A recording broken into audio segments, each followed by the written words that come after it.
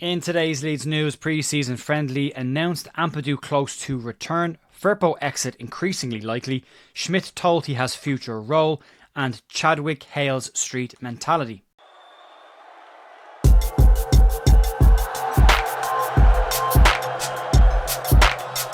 Morning folks, Jer here at The View for Wednesday morning, the 19th of March with your Leeds United news. Hope you're having a good week so far. We did an Academy View last night with Jerry McDermott talking about the underage setup at Leeds United and some exciting young players to keep an eye out for, and some stories and anecdotes from Jerry as well around young players that came through Leeds over the years as well. You can check that out if you want to. There is some connecting stories today when we talk about Rhys Chadwick at the back end of this video, but we'll start off with the news that came out this morning about a pre-season friendly that has been announced. Pre-season planning is apparently well underway at Elland Road, and Leeds have announced their first pre-season friendly of the upcoming summer.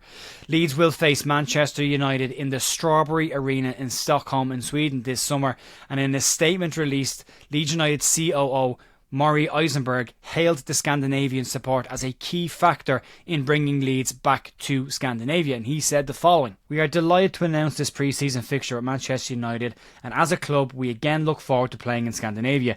We know the great support that we have in Scandinavia, with many supporters regularly travelling to England to see Leeds United play, and the Leeds United Supporters Club of Scandinavia has over 8,000 members alone, so it will be a great occasion in July." The club says that it has also confirmed further pre-season friendlies and pre-season plans and will circulate them in due course.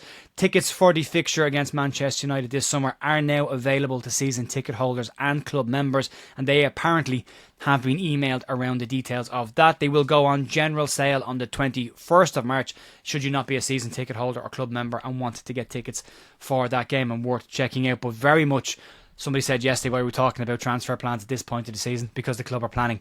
Same with the pre-season stuff. The club are planning that stuff right now. So no one is sitting on their hands waiting to see what happens at the end of the season. They're planning their pre-season plans and transfer plans if they get to the Premier League, and contingencies should they not get to the Premier League. But nobody is sitting on their hands waiting until the end of the season before they start making moves for players or planning what will be a very important pre-season for Leeds, regardless of what division Leeds end up in.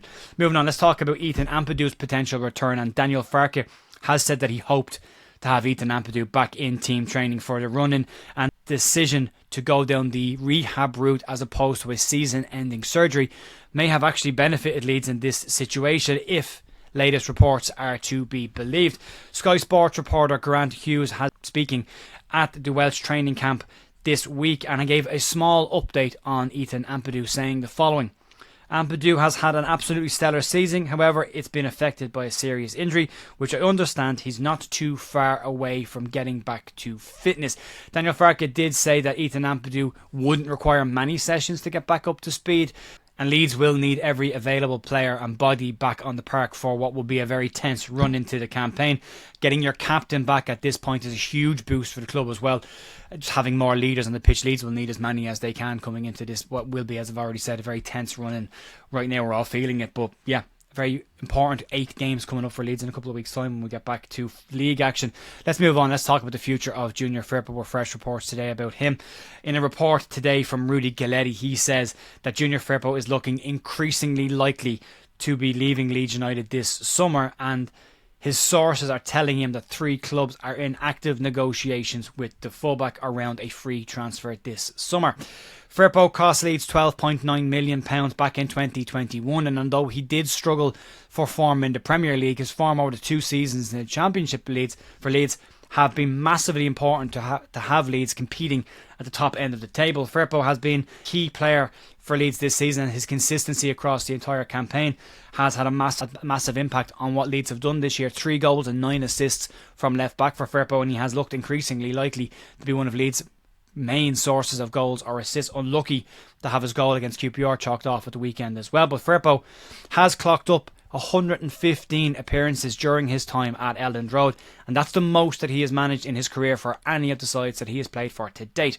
The report says that talks over an extension with Firpo are at a standstill, and that the Dominican Republic international is now expected to leave as a free agent in the summer, with sources claiming that he is increasingly unlikely to be at Elland Road next season. Two of the clubs that had been named previously were Besiktas and Real Betis. However, the report this morning from Galetti states that 3 Spanish clubs are in active negotiations with Firpo's representatives after he switched to a Spanish agency recently, and a return to La Liga is starting to look more and more likely for Firpo. It finishes off by saying that more developments around the Junior Firpo story are expected in the coming weeks, so we may be hearing some form of an announcement around his future pretty shortly. Let's move on. Let's talk about another fullback and a potential replacement for Junior Firpo, and that's Isaac Schmidt. Schmidt is currently enjoying his first international call-up of his career, despite only playing 205 minutes for Leeds United this season. In fact, he has played more minutes for St Gallen this season than he has for Leeds United, despite joining on deadline day for Leeds. But Schmidt says he has been told he will have a long-term future at Leeds United and does have a role to play for the club. Schmidt was speaking with the media about his move to Leeds and said that the intensity of training in England is something completely different from what he experienced at St Gallen. And despite not featuring in many minutes this season, he says the training alone has allowed him to get up to speed of the game in England, and has said that if this Swiss call-up had come earlier in his career or last season, he may not have been at the level to keep up with the players in the camp. The fullback has a deal at Leeds until 2028, and on his future role at Leeds, Schmidt said the following: "The club showed me clear prospect and made it clear to me that they see the potential in me to become a regular starter. England is a different world to Switzerland. I only moved here shortly before the transfer deadline. It takes time to establish yourself at a club like this. I'm waiting for my chance." It's the first time that we've heard Schmidt's take on his time at the club. We've all asked lots of questions. What's going on with him? Why isn't he getting more minutes? What's happening? When we have seen him, he's looked very much at the level of Leeds this year. But it's good to see that the club have a longer term vision for him, and it may not be a short term thing, but we may see an awful lot more of Isaac Schmidt on the park into his future at Leeds United rather than the immediate short term. Moving on, let's talk about a young player who's making waves behind the scenes at Leeds United, and that's Rhys Chadwick. Leeds United under-21s are into the new National League Cup semi-finals, and current standout youngster Rhys Chadwick has said that the National League sides have brought out a street mentality in the Leeds United side. The National League Cup consists of 15 sides from the Under-21 Premier League 2, as well as 16 sides from the National League. And Chadwick, who scored 2 of Leeds' 3 goals in the quarterfinals in their win over Aldershot, has spoken about the different tests playing against National League sides have brought, and he said the following: "National League teams bring more physicality out of you, bring more street mentality. I think we are dealing with it really well. And now on to the next game." Chadwick has clocked up an impressive 10 goals and 10 assists in 23 league games for Leeds United this season, and it should be pointed out that he is playing for under-21s, but Chadwick is still only 18 years of age.